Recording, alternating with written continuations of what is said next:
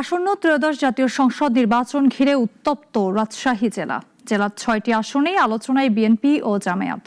ভোটারদের দলে ফেরাতে চলছে হাড্ডাহাড্ডি লড়াই। স্বাধীনতা পরবর্তী সময় থেকে ২০০১ সাল পর্যন্ত চলা আধিপত্য পুনরুদ্ধারের আশায় বিএনপি প্রার্থীদের। সাখাওয়াত হোসেনের রিপোর্ট, জানাচ্ছেন শাশ্বতী সরকার।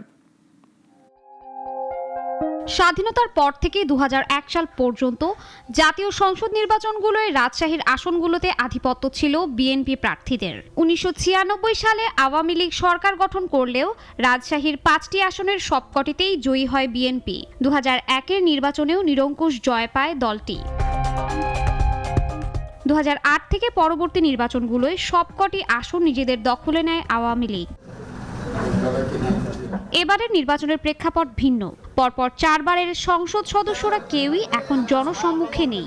এমন বাস্তবতায় রাজশাহীর ৬টি আসনেই সরগরম নির্বাচনের মাঠ। বিএনপি ও জামায়াতের মধ্যে চলছে হাড্ডাহাড্ডি লড়াই। নিজেদের অবস্থান জানান দিতে দুই দলের প্রার্থীরাই পালন করছেন নানান কর্মসূচি। নির্বাচনে যারা অংশগ্রহণ করছে তারা আমার সবাই ভাই হয়, কেউ আমার শত্রু না, সবাই আমার ভাই হয়। আমরা ভবিষ্যতে আল্লাহর রহমতে এই আসনে নির্বাচন হওয়ার পর আমার প্রথম কাজই থাকবে যে জিরো টলারেন্স। আসলে আমাদের সমর্থনে কিন্তু ওনারা এমপি বলেন, মেয়র বলেন, তারা হয়েছেন। এখন যেহেতু জোট নাই, এই জন্য তারা আলাদা নির্বাচন করছেন, আমরা আলাদা নির্বাচন করছি।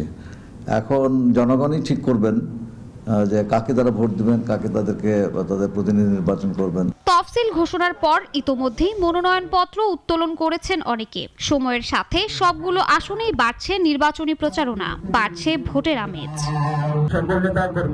শাশ্বতী সরকার, নাগরিক।